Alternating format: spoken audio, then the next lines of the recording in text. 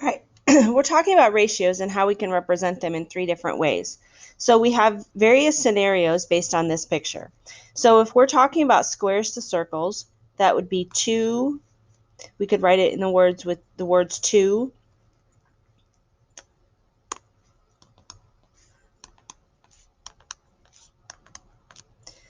And then circles are 4. So this one we're asking circles, so circles to squares is 2. Then squares is still 2. And the whole, all of the shapes, is 6. Then we can have circles, which is 4, to all the shapes, which is 6.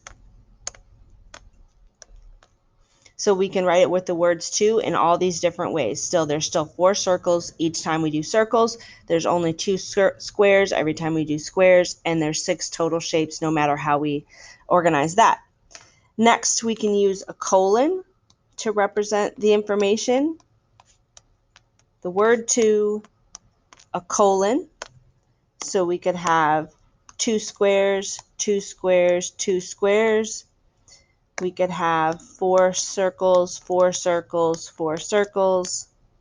We could have 6 total shapes, 6 total shapes. So notice the numbers aren't changing. The symbols are if we choose to use the whatever is needed. And the last representation is a fraction or the actual ratio. So we can have 4 circles, we can have 4 circles, or we can have 4 circles.